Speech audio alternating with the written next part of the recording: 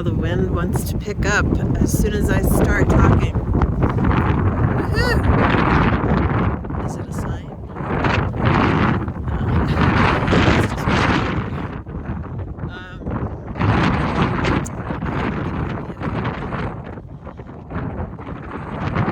It's just so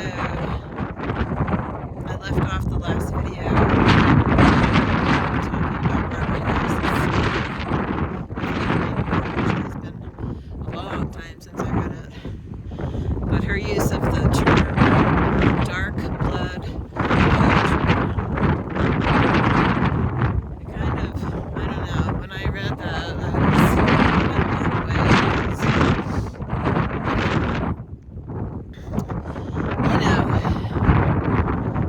meetings, field service, constant punishment, you're never good enough. You're smiting God. Like everything you do is an offense to the almighty bearded one in the sky.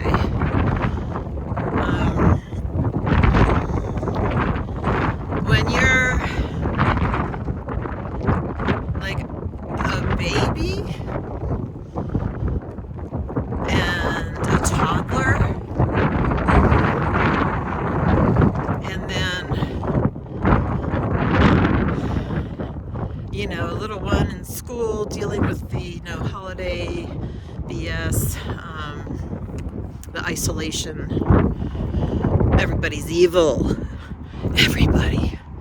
Everybody's evil, but those in our congregation and maybe others, but we talk about them anyway.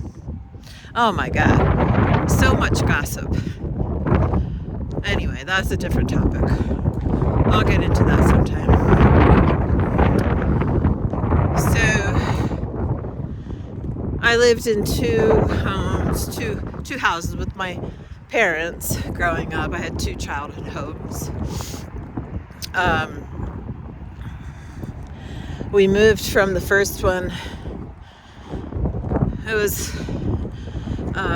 when I was 5, and I had a room. It was kind of like a cubby room where my crib was for the first couple of years. I think I was in that room until I was maybe 3 or so.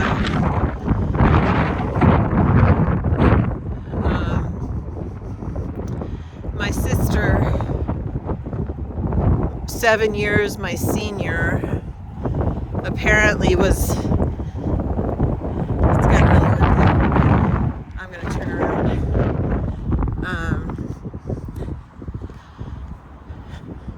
Apparently she was my main caretaker, because my mom was just done. She was done having kids, and she really didn't want me. It's kind of the last. She had a tubal pregnancy before me, and then within a matter of, I don't know, 6 to 9 months, she got pregnant with me. And it's like, wow, okay. I think she knew she didn't want children, but, she was an obedient wife, whatever. And I was supposed to be a boy. Three older girls and then me.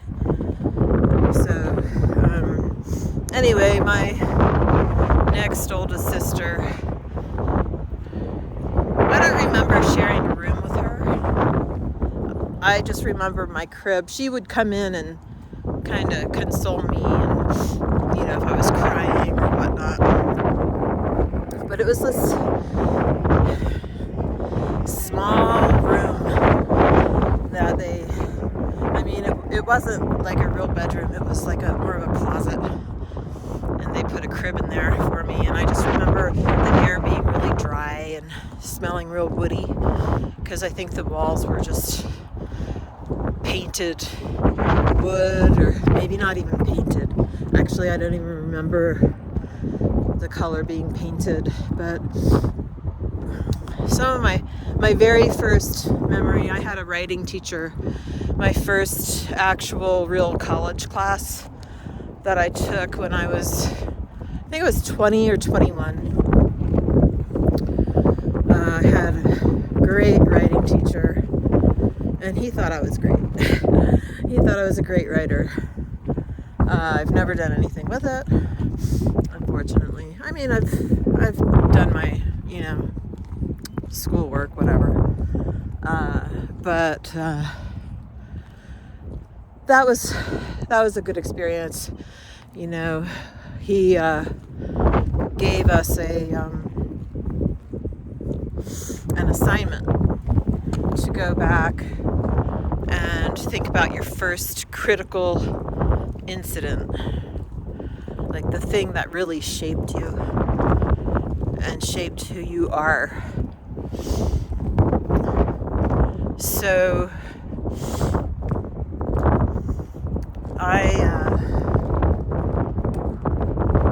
upon reflecting on what that could be, it all just flooded back. When I was a baby, 2 years old, 3 years old, in my crib, I had what my sister said was a very active imagination. But I had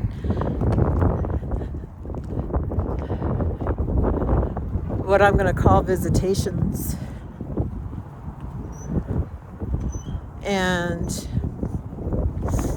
they were in the form of big, opaque pastel colors.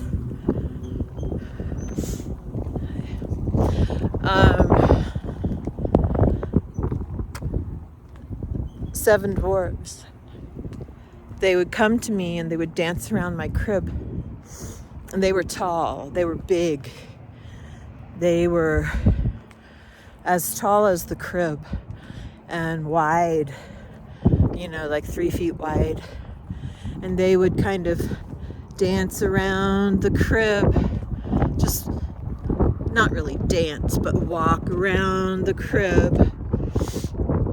And it freaked me the F out.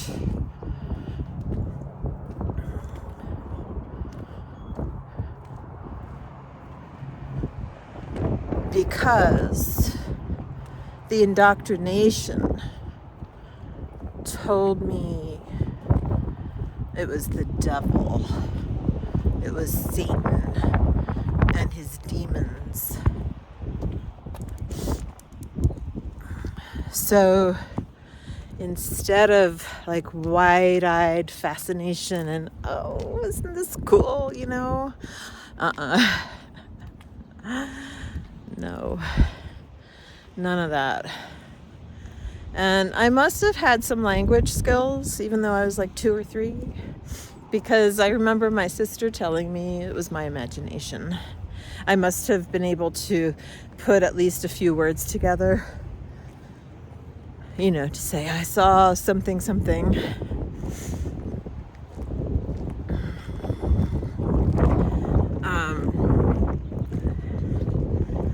And then as I was doing this report, this writing about this experience, it kind of dawned on me, because I had other experiences since then, at that age of like 2021. Like, this was kind of old hat to me at that point. But yeah, I was like, these were my spirit guides coming to me.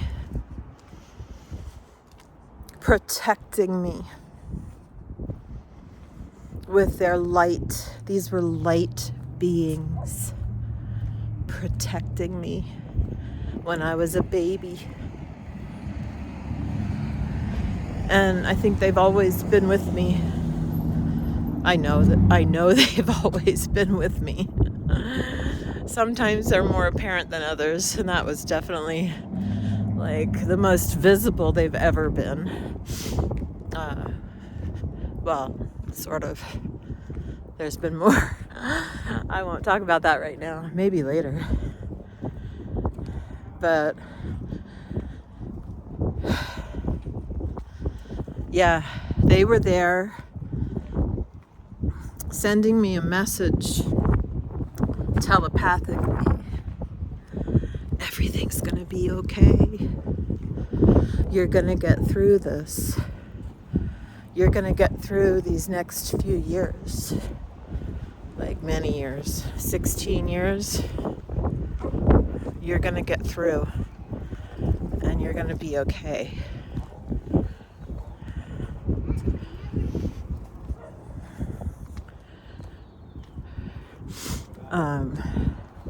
Okay is a relative term, but I have been okay, and they have protected me. And I'm grateful to my writing teacher. I think his name was Wilson. Because that memory just vividly cloaks me in healing rays whenever I think about it. I hope you have something that you find protective and like a cloaking armor to protect you from your situation, your earthly situation, whatever you find yourself in. You are enough. You are protected. And you are guided.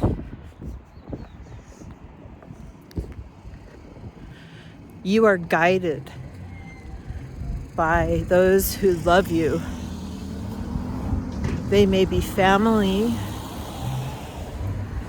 ancestral family from other dimensions. Did you hear that? It's somebody's like blink telling me I'm being recorded. I'm gonna wave. Hi.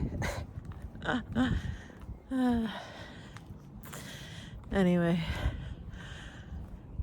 never forget. I hope you've gained something from this.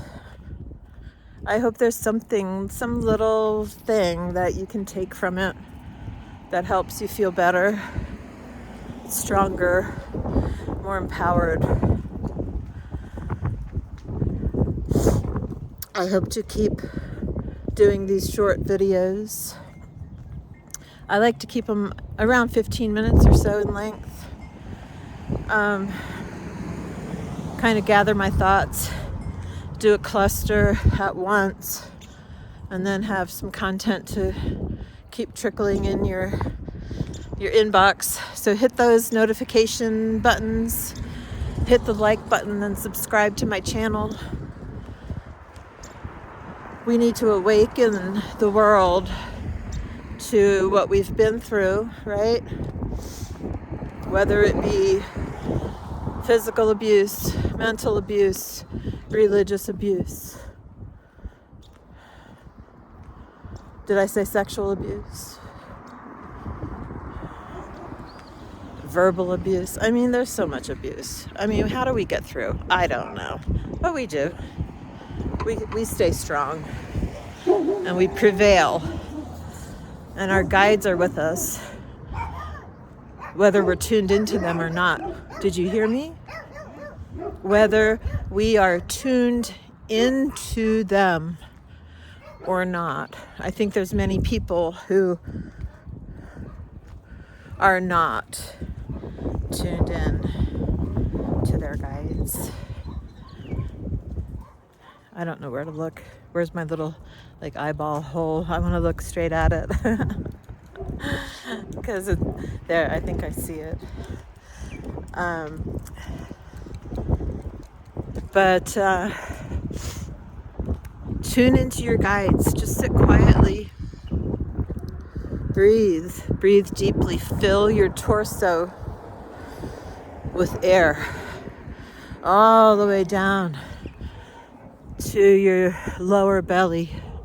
Feel the air expanding your body, and it will expand your mind. I love y'all. I really do.